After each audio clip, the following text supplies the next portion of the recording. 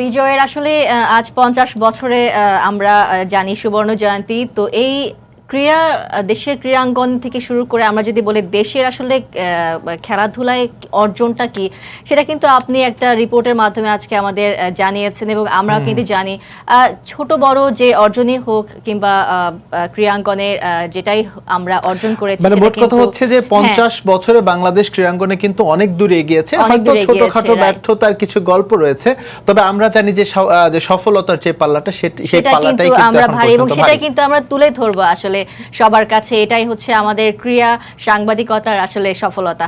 তো যাই হোক, আমরা আমাদের স্পোর্টস শোটা শুরু করে দেই। ইকবাল, নিউজিল্যান্ডের 7 দিনের কোয়ারেন্টাইন শেষে আজ মাঠে ফিরেছে বাংলাদেশ ক্রিকেট দল।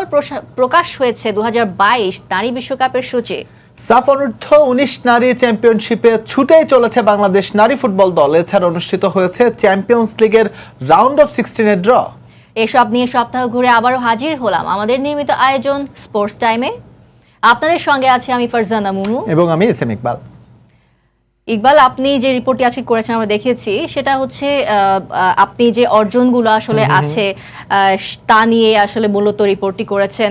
আমরা যদি দেখি মাবিয়া আক্তার, সীমান্ত কিংবা যারা আছেন আর্চার রোমানসানা, সবার কিন্তু আসলে একটা অর্জন আছে দেশের ইতিহাসে। ক্রীড়াঙ্গনে আমরা বলতে পারি এই অর্জনগুলো আসলে ইতিহাস হয়ে থাকবে। এই অর্জনগুলো কিন্তু হচ্ছে একেবারেই সাম্প্রতিক, গেল 2-3 বছর বা 3-4 বছরের মধ্যে হয়েছে।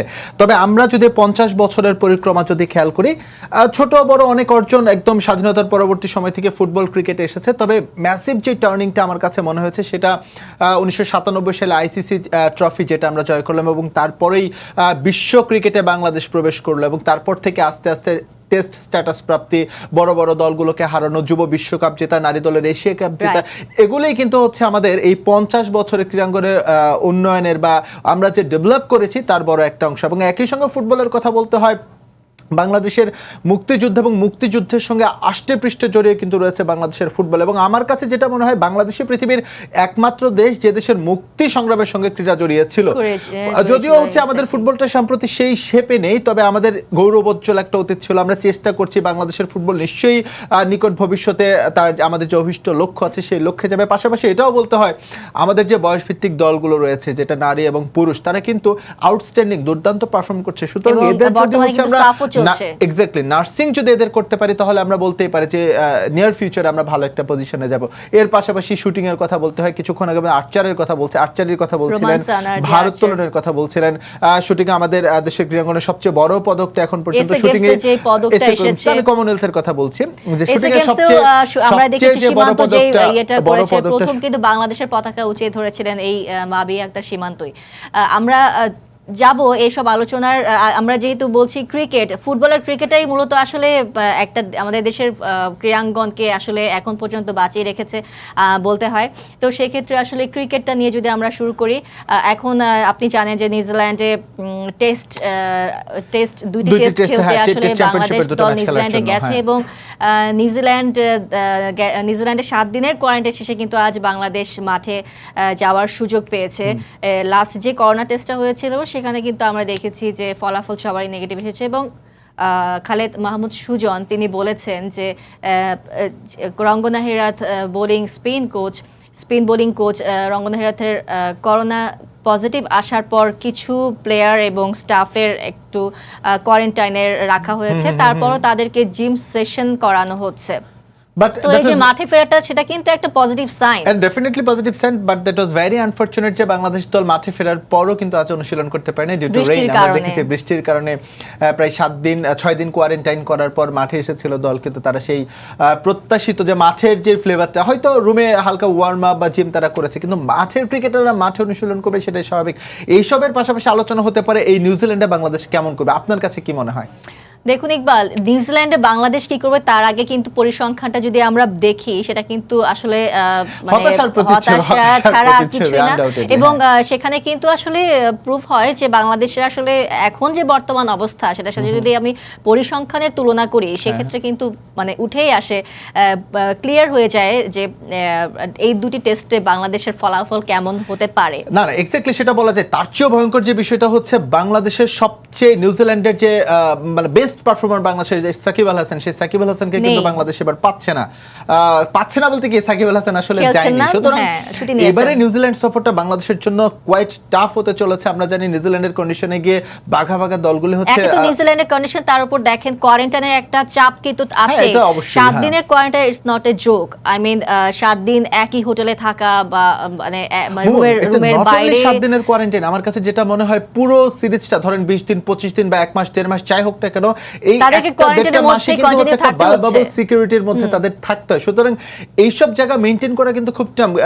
ক্রিকেটাররা মেন্টালি কিন্তু এক্সস্টেড হয়ে যায় যে হচ্ছে মাঠ হোটেল মাঠের বাইরে কোথাও যেতে পারে না। এটা ক্রিকেটারদের জন্য আমি মনে করি কোয়াইট টাফ। এটাই হচ্ছে একটা নেতিবাচক পারফরম্যান্স মাঠে কিন্তু সেটা তো অবশ্যই। তার মধ্যে মানে বাইরে মানে বিদেশের মাঠে খেলতে যাওয়া, এই কোয়ারেন্টাইনের যে মেন্টালিটি একটা প্রেসার, মেন্টালি একটা প্রেসার পড়ে যায় ক্রিকেটারদের মাঝে মনে। তারপর হচ্ছে এই যে একের পর এক আপনার সিরিজ হারা, এগুলো সব মিলে কিন্তু বাংলাদেশের জন্য অনেক টাফ হয়ে যাবে সিরিজটা। আচ্ছা, ডেফিনেটলি কোয়াইট টাফ হবে। আমরা তারপরেও প্রত্যাশা রাখতে পারি যে বাংলাদেশের সাথে নিউজিল্যান্ড সিরিজ সফরে ভালো করবে। এবার যদি একটু নারী ক্রিকেটের দিকে যদি একটু মনোযোগ দিই, আমরা জানি গেল কয়েকদিন ধরে গণমাধ্যমে আলোচনা বা আমরাও উৎকণ্ঠায় আছি যে বাংলাদেশের দুজন নারী ক্রিকেটার, হ্যাঁ একজন স্টাফ, দুজন নারী ক্রিকেটার হচ্ছে ওমিক্রনে আক্রান্ত এবং একজন হচ্ছে ডেল্টা ভ্যারিয়েন্টে আক্রান্ত, হুইচ ইজ মানে আমাদের দেশের জন্য অনেক কি বলবো একটা শকিং একটা নিউজ ছিল। যদিও তারপর তাদের থেকে মানে একটা অনুমান করা হচ্ছিল যে আসলে জিম্বাবুয়ে থেকে খেলে এসেছে তাদের একটা, কিন্তু দেখেন প্রথম দিকে কিন্তু তাদের যে করোনার রেজাল্ট মানে 5 বারের মতো খুব সম্ভবত টেস্ট করা হয়েছে, তার মধ্যে কিন্তু প্রথম যে করানো হয়েছিল টেস্টগুলো তখন কিন্তু তাদের কারোরই করোনা পজিটিভ আসেনি। এবং লাস্ট টেস্টটা যে করা হয়েছে তার আগের টেস্টে শুধুমাত্র করোনা পজিটিভ এসেছে 3 জনের। তো এটা কিন্তু একটা মানে মানে একটা প্রভাব পড়ে দলের উপরে, যেহেতু সামনেই জানেন যে বিশ্বকাপ, তো তার আগে কিন্তু একটা প্রস্তুতিরও ব্যাপার আছে। তো এই যে এতদিন পর্যন্ত একটা কোয়ারেন্টাইন পিরিয়ডে থাকা, এটা কিন্তু একটা মানে ওই যে বলছিলাম যে এটা তো একটা নেতিবাচক প্রভাব ফেলে। তারপরে বলতে হবে নারী দলটা কিন্তু আউটস্ট্যান্ডিং, যে বিশ্বকাপ বাছাই যেটা আমরা দেখে আসলাম জিম্বাবুয়েতে দুর্দান্ত করেছে বাংলাদেশ, পাকিস্তানকে হারিয়েছে। যখন পাকিস্তানের এগেইনস্টে বাংলাদেশ হোম সয়েলে আমাদের পুরুষ দল হারছিল, সেইখানে পাকিস্তান নারী দলকে বাংলাদেশ হারিয়ে দিয়েছে। এটা এরপর সংযুক্ত আরব আমিরাত না দুঃখিত মার্কিন যুক্তরাষ্ট্রকে বাংলাদেশ একদম উড়িয়ে দিয়েছে, 239 রানের সম্ভবত বিশাল ব্যবধানে হারিয়েছে। সুতরাং সবকিছু মিলে এই নারী দলের যে হচ্ছে মেন্টাল কন্ডিশন, এটা কিন্তু অনেক বুস্ট আপ রয়েছে। যদিও ওমিক্রনে আক্রান্ত যারা আছে তারা কিন্তু অবস্থা স্থিতিশীলই বলা যায়। তো এখন পর্যন্ত তারা অবশ্য মুগদা হাসপাতালে ভর্তি আছে, আপনি যতটুকু জানেন। এটা জাস্ট পর্যবেক্ষণের জন্য, তাদের মানসিক বা শারীরিক অবস্থা কিন্তু যথেষ্ট স্থিতিশীল। জাস্ট হচ্ছে কিছুদিন অবজারভেশনে থাকবেন, তারপরে হয়তো মানে পরিস্থিতি স্বাভাবিক হয়ে গেলে। আরেকটি সুখবর হচ্ছে বাকি যারা ছিলেন 19 সদস্যের একটা টিম, তাদের কিন্তু সবারই লাস্ট যে করোনা টেস্টটা হয়েছে সেখানে কিন্তু সবার নেগেটিভ এসেছে এবং তারা তাদের হোস্টেলে ফিরে যেতে পেরেছে এবং তারা সেখান থেকে কিন্তু যার যার বাড়িতেও তারা এখন যেতে পারবেন, কোনো সমস্যাই আর নেই। এবং সেই সাথে যদি আমরা যদি একটু ফিক্সারটা দেখে আসি বাংলাদেশের বিশ্বকাপে, রাইট, আমি সেটা বলতে যাচ্ছিলাম যে নারী দলের বিশ্বকাপের যে আইসিসি 2022 হতে যাচ্ছে সেটাতে কিন্তু ফিক্সচার অলরেডি দিয়ে দিয়েছে আইসিসি। সেই ফিক্সচারটা আমরা এখন দেখে নিতে চাই।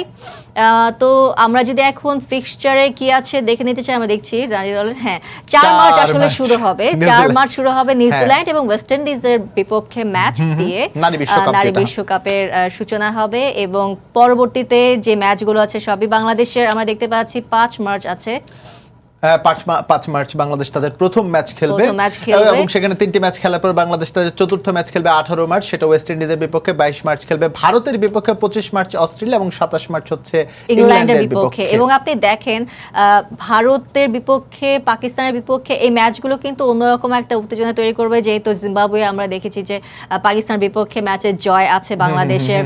মানে জিম্বাবুয়েতে যে দলগুলোর বিপক্ষে জিতেছে সেখানে কমন দলগুলো যদি এখানে পড়ে, সেই ম্যাচগুলোতে আসলে বাংলাদেশের জয় কিন্তু আমরা ধরেই নিতে পারি, যেহেতু ফর্মে আছে বাংলাদেশ নারী ক্রিকেট দল, এটা বলতে পারি। তবে একটা জিনিস খেয়াল রাখতে হবে, টুর্নামেন্টটা কিন্তু 4 তারিখ থেকে শুরু হচ্ছে এবং বাংলাদেশ সাথে লাস্ট ম্যাচ খেলবে এই পর্বে 27 মার্চ। আপনি চিন্তা করতে পারেন অনেক লম্বা একটা টাইম, কিন্তু এই টাইমটার মধ্যে যে আবারও বলছি চলেই আসে যে এই সিচুয়েশনে কোভিড সিচুয়েশন, এবং কোভিড সিচুয়েশন কিন্তু ক্রমান্বয়ে বাড়ছে। এবং আজকে আমরা লাস্ট যে খবরটা দেখলাম, ইংল্যান্ডে সম্ভবত 78,000 ওমিক্রনে আক্রান্ত হয়েছেন একদিনে। সুতরাং এইটা যে হচ্ছে খুব র্যাপিডলি বাড়ছে বিশ্বে এবং যে কোনো মুহূর্তে এটার একটা ইম্প্যাক্ট ক্রীড়াঙ্গনে পড়তেই পারে এবং আমরা জানি যে আশঙ্কা কিন্তু থেকেই যাচ্ছে যে আসলে কি নির্দিষ্ট সময়ে আসলে আসরগুলো গড়াবে কিনা কিংবা আসলে নতুন নতুন কি ধরনের রুলস জারি হতে পারে সেটা আসলে ক্রিকেটারদের উপরে বা কেমন প্রভাব পড়তে পারে। হ্যাঁ, সেটা একটা শঙ্কা থেকে যায়। তারপর আমাদের প্রত্যাশা থাকবে বাংলাদেশ নারী ক্রিকেট টিমটা ভালো একটা শেপে রয়েছে এবং ডেফিনেটলি তার হচ্ছে ওয়ার্ল্ড কাপে ভালো করবে। এবার কি নিয়ে কথা বলতে পারি বাংলাদেশের? এবার যদি আমরা আসলে কথা বলি, সাফ চলছে, আপনি জানেন দেশের মাটিতে সাফ অনূর্ধ্ব-19 চ্যাম্পিয়নশিপ চলছে। নারী দল তো ডেফিনেটলি অনেক ভালো করছে। আপনি জানেন যে লাস্ট আমরা দেখেছি নারী দল যে শ্রীলঙ্কার বিপক্ষে জয় পেয়েছে এবং এরপর আসলে ভুটানের বিপক্ষে জয় পেয়েছে। নেপালের বিপক্ষে যদিও ড্র করেছিল, অনেক ভালো খেলেছিল তারা কিন্তু দুর্দান্ত সব আক্রমণ করেছিল এবং নিশ্চিত গোল।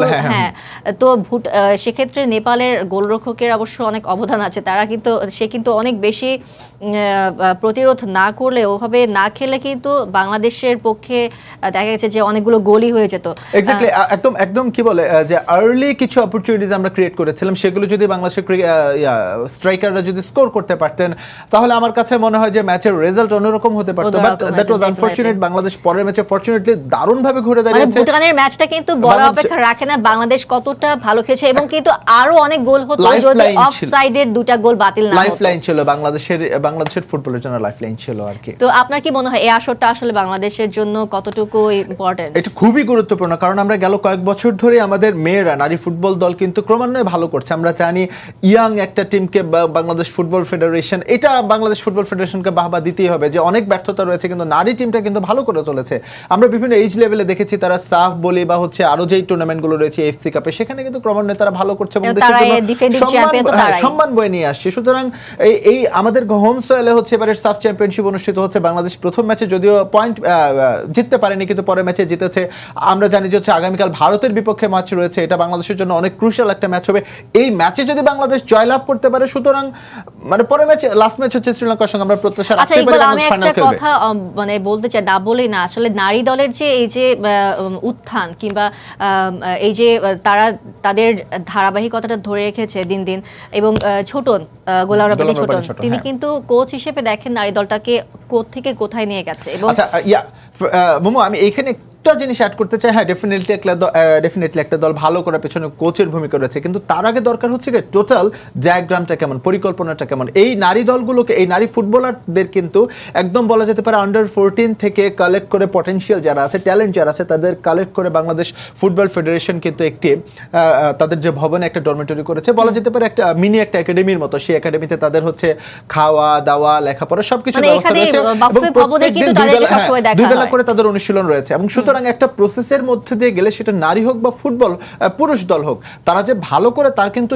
মানে একদম জলজ্যান্ত দৃষ্টান্ত কিন্তু বাংলাদেশ নারী ফুটবল দল। সুতরাং এই সিস্টেমে যদি নারীদের পাশাপাশি পুরুষের যে একাডেমিটি চালু হয়েছে সেটিও যদি চালু আমরা রাখতে পারি, তাহলে আনডাউটেডলি আমাদের দেশের ফুটবল পুরুষ এবং নারী সবাই এগিয়ে যাবে। কিন্তু পুরুষ দলে কিন্তু সেটা নেই। আপনি কিন্তু জানেন যে পুরুষ দলে একের পর এক যে ব্যর্থতাগুলো উঠে এসেছে, সেটা আসলে নারীদের ক্ষেত্রে যেভাবে প্রয়োগ করা হচ্ছে সেটা কেন পুরুষদের ক্ষেত্রে প্রয়োগ করা হচ্ছে? আপনি তো ফুটবল রেগুলারই আসলে ফুটবল পাড়ায় যান, আসলে হচ্ছে কি এই সুবর্ণ জয়ন্তীতে, বাংলাদেশের সুবর্ণ জয়ন্তীতে আজকে আমরা ব্যর্থতার গল্প না করি, আমরা হচ্ছে আমাদের সফলতার গল্প। আমরা আসলে সামনের দিকে তাকাতে চাই, পেছনে পড়ে থাকতে চাই না। কিভাবে আমাদের ক্রীড়াঙ্গন, কিভাবে আমাদের ফুটবল, ক্রিকেট, আদার্স যে ডিসিপ্লিনগুলো রয়েছে সেগুলো এগিয়ে যাবে, সেগুলো নিয়ে আমরা আলোচনা করি আজকে। ডেফিনেটলি সেটাই আমরা আলোচনা করতে চাই আসলে। তো দেশের ফুটবল নিয়েও কথা হলো। এখন আমরা যদি চ্যাম্পিয়ন্স লিগ নিয়ে কথা বলি, এবার আপনি জানেন যে এই গেল সপ্তাহে আসলে চ্যাম্পিয়ন্স লিগের রাউন্ড অফ 16 এর ড্র অনুষ্ঠিত হয়েছে এবং শুধু একবারই না, দুইবার অনুষ্ঠিত হয়েছে রাউন্ড অফ 16 এর ড্র। এবং এটা কিন্তু আমি বলবো যে ইকবাল, আপনি আমাদের সাংবাদিকতার ক্যারিয়ারে কিন্তু এখন পর্যন্ত দেখিনি এমন কিছু ঘটেছে কখনো যে একই দিনে দুইবার রাউন্ড অফ 16 এরকম কখনো কিন্তু এর আগে হয়নি। তো ফার্স্ট যে ড্রটা হয়েছিল আপনার মনে আছে, সেটা মানে সেই ড্র দেখে কিন্তু সবার চোখ কপালে ওঠার মতো অবস্থা হয়েছে। পিএসজি বনাম ম্যানচেস্টার ইউনাইটেড, মানে রোনালদো আর মেসির দ্বৈরথ। এটা কিন্তু মানে অকল্পনীয়, মানে এটা কারো ধারণার মধ্যেই ছিল না। কারণ যেহেতু রাউন্ড অফ 16 এর ম্যাচ, মেসিরও আশা, মেসিকে নিয়েও সবার আশা যে চ্যাম্পিয়ন্স লিগের ফাইনাল খেলবে, আবার রোনালদোকে নিয়েও সবার আশা যে চ্যাম্পিয়ন্স লিগের ফাইনাল খেলবে। সেই ম্যাচটা যদি রাউন্ড অফ 16 এ শেষ হয়ে যায়, আসলে দুজনের কেউ না কেউ তো থাকবে। না আসলে বিষয়টা হচ্ছে কি, মানে আমি একটু আগে বলছিলাম যে এটা হচ্ছে ড্রিমি ম্যাচ। লিওনেল মেসিও তার ক্যারিয়ারের একদম শেষের দিকে অবস্থান করছে, ডেফিনেটলি ক্রিস্টিয়ানো রোনালদো তাই। সুতরাং তারা যখন স্প্যানিশ লা লিগায় তারা যখন খেলতেন, মাঝে মধ্যে দেখা হয়ে যেত বছরের দুটো এল ক্লাসিকোতে, এর পাশাপাশি হচ্ছে সুযোগ ছিল আপনার ইউসিএল বা আদার্স যেই টুর্নামেন্টগুলোতে সুযোগ ছিল। কিন্তু দুইজন, ক্রিস্টিয়ানো রোনালদো এখন হচ্ছে ইংল্যান্ডে চলে আসলেন, মেসি চলে গেলেন হচ্ছে ফ্রান্সে। সুতরাং তাদের এই যে দৈরতটা বা এই সুযোগটা কিন্তু কমে গেল, সেই সুযোগটা কিন্তু ইসিএল তৈরি করে দিয়েছিল, যদিও একটা ভুলের মাধ্যমে তৈরি হয়েছিল। তো আমার কাছে মনে হয় যে টেকনিক্যাল প্রবলেমের কারণে ভুল থেকে যদি ভালো কিছু হয় তাহলে ভুলটাই ভালো থাকে। কিন্তু পরে স্পেশালি বলতে অ্যাথলেটিকো মাদ্রিদের কথা, তারা অ্যাপ্লাই করে যে আসলে তারাই সর্বপ্রথম আবেদনটা করে যে না, ড্র যেটা হয়েছে সেটা মানি না, কারণ তাদের খেলা পড়েছিল হচ্ছে বায়ার্ন মিউনিখের এগেইনস্ট, এবং তারা জানে যে বায়ার্ন মিউনিখ কতটা শক্তিশালী দল, হয়তো তারা টেকনিক্যালি বায়ার্নকে অ্যাভয়েড করতে চেয়েছিল বলেই তারা আবার প্রোটেস্ট করে, এবং সেখান থেকেই কিন্তু হচ্ছে নতুন একটি ড্র অনুষ্ঠিত হয়। তবে এইবার যে পিএসজি যে প্রতিপক্ষ সেটা কিন্তু রিয়াল মাদ্রিদ আর পিএসজি খেলবে। মেসি দেখেন কত বছর পর, মানে কত মৌসুম পর, মানে কত ম্যাচ পর, অনেক দীর্ঘ সময় পর কিন্তু বলা যায় মেসি সান্তিয়াগো বার্নাব্যুতে খেলতে যাচ্ছে। এটা কিন্তু একটা অনেক বড় বিষয়। হ্যাঁ, এটা একটা বিষয়। তার চেয়েও বড় বিষয় আমার কাছে মনে হয় সার্জিও রামোস যদি শেষ মুহূর্ত পর্যন্ত ফিট থাকেন এবং পিএসজির বেস্ট 11-এ তিনি যদি থাকেন, তাহলে এই মনে হয় এই সার্জিও রামোস, যাকে একসময় বলা হতো যে সার্জিও রামোস স্পেনের রামোস, তা উনি হচ্ছেন রিয়াল মাদ্রিদের রামোস। এবং সেই রামোসকেই কিন্তু হচ্ছে এখন নামতে হচ্ছে তার এই রিয়াল মাদ্রিদের এগেইনস্টে রামোসকে বলা যায় যে নিজের ঘরেই নামতে হচ্ছে, কিন্তু অন্যের হয়ে। কিন্তু পেশাদারিত্বের এই যুগে এখানে কিছু করার নেই, নামতেই হবে রামোসকে। এবং আমার কাছেও যেটা মনে হয় যে এই ম্যাচে বার্সেলোনা কেন যেন থেকেও আছে, না থেকেও আছে। আমরা জানি বার্সেলোনা অবনমন হয়ে গেছে। অবনমন মানে কি, বার্সেলোনা হচ্ছে রাউন্ড অফ 16 জায়গা করতে পারেনি, তারা বাদ পড়ে গেছে, ইউরোপা লিগ খেলবে। তবে বার্সেলোনা এই ম্যাচে না থেকেও আছে, সেটা হচ্ছে লিওনেল মেসির কল্যাণে। আমরা যতই বলি লিওনেল মেসি পিএসজিতে খেলছে, অমুক জায়গায় খেলছে, তমুক এক্স্যাক্টলি লিওনেল মেসি যদি হচ্ছে রিয়াল মাদ্রিদের এগেইনস্টে মাঠে নামে, তাহলে দেখা যাবে যে বার্সেলোনা ফ্যান যারা আছে তারা বসে সবাই হচ্ছে পিএসজি কে সাপোর্ট করছে, এবং তারা রিয়াল মানে ওই আলটিমেটলি বলাই যায় যে হচ্ছে বার্সেলোনা খেলছে অদৃশ্যভাবে রিয়াল মাদ্রিদের সঙ্গে খেলছে ইউসিএল এর রাউন্ড অফ 16 এ। তো আপনার কাছে কি মনে হয় রাউন্ড অফ 16 এর ম্যাচে মানে ম্যাচগুলো মানে কতটা জমজমাট হবে, কিংবা সবকিছু ছাপিয়ে আসলে কতটা মানে মোমো এটা বলার অবকাশ রাখে না যে রাউন্ড অফ 16 এর ম্যাচগুলো কতটা কম্পিটিটিভ বা কতটা জমজমাট হবে। আনডাউটেডলি একদম হাই ভোল্টেজ ম্যাচ বলতে আমরা যেটা বলছি, একদম টান উত্তেজনা সবকিছু হবে। তবে সংখ্যার যে বিষয়টি হয়েছে সেটা হচ্ছে অমিক্রন। আবারও বলতেছি, আমরা জানি ইতোমধ্যে 3টি ম্যাচ কিন্তু হচ্ছে বন্ধ হয়ে গেছে। ইংলিশ প্রিমিয়ার লিগের 3টি ম্যাচ কিন্তু পোস্টপোন করা হয়েছে, কলড অফ করা হয়েছে, এবং আরো একটি টুর্নামেন্ট, মেয়েদের কি যেন একটা টুর্নামেন্ট আমি দেখছিলাম কিছুক্ষণ আগে গণমাধ্যমে এসেছে, সেটাও কিন্তু কলড অফ করা হয়েছে। সুতরাং এইভাবে যদি অমিক্রনটা বাড়তে থাকে তাহলে তার একটা নেতিবাচক প্রভাব যে চ্যাম্পিয়ন্স লিগে পড়বে না সেটা কিন্তু বলা যায় না। যদি আমাদের হাতে বেশ কিছুটা সময় রয়েছে, এর মাঝখানে যদি সিচুয়েশন যদি কিছুটা কন্ট্রোলে চলে আসে, তাহলে বলা যেতে পারে যে না, শঙ্কা উড়িয়ে হচ্ছে মাঠের লড়াই আমরা। তবে যেভাবে মানে ওমিক্রন ছড়াচ্ছে, করোনা ছড়িয়ে যাচ্ছে, আমার কিন্তু মনে হয় যে এই যে মানে প্রভাব পড়ছে এক একটা লিগে কিংবা কল অফ করা হচ্ছে, এটা কিন্তু মনেই হচ্ছে যে স্টেডিয়ামগুলোতে যে এখন দর্শকরা যাচ্ছে কিংবা খেলা উপভোগ করার সুযোগ পাচ্ছে, এটা অচিরেই কিন্তু আবার বন্ধ হয়ে যাওয়ার একটা সম্ভাবনা তৈরি হয়েছে। একদম একদম একদম সেটা নিয়ে আমি নিজেও শঙ্কিত। এবং একই সঙ্গে বাংলাদেশের এই 2021 সালে 2022 সালে কিন্তু বাংলাদেশ একদম মানে কি বলে কম্প্যাক্ট স্কেডিউল, বাংলাদেশে অনেকগুলো খেলা রয়েছে, একদম ইনক্লুডিং বিশ্বকাপ সহ, টি20 ওয়ার্ল্ড কাপ সহ। সুতরাং সবকিছু নিয়ে আমি কিছুটা শঙ্কিত। এই কোভিড যদি আবারও বেড়ে যায়, আবারও যদি হচ্ছে নিয়ন্ত্রণের বাইরে চলে যায়, তাহলে আবারও ক্রীড়াঙ্গনে যে হচ্ছে একদম ধোঁয়াশা বা হতাশার একটা কি বলে একটা কালিমা লেগে গিয়েছিল, অনেক বছর আসলে পিছিয়ে যাওয়ার একটা সম্ভাবনা তৈরি হবে। তো ইকবাল, আমরা আশা করছি এমন কিছু হবে না, ভালো কিছু হবে, এবং যেই খেলার শিডিউলগুলো আছে সেগুলো এবং নির্ধারিত সময়ে গড়াবে। আমাদেরও প্রত্যাশা অবশ্যই এটাই থাকবে। দর্শক, এই ছিল আমাদের আজকের স্পোর্টস টাইমে। আগামী সপ্তাহে আবারও হাজির হব ক্রীড়া বিশ্বের নতুন সব খবর নিয়ে। সেই পর্যন্ত ভালো থাকুন, সুস্থ থাকুন, আর সঙ্গে থাকুন সময়ের।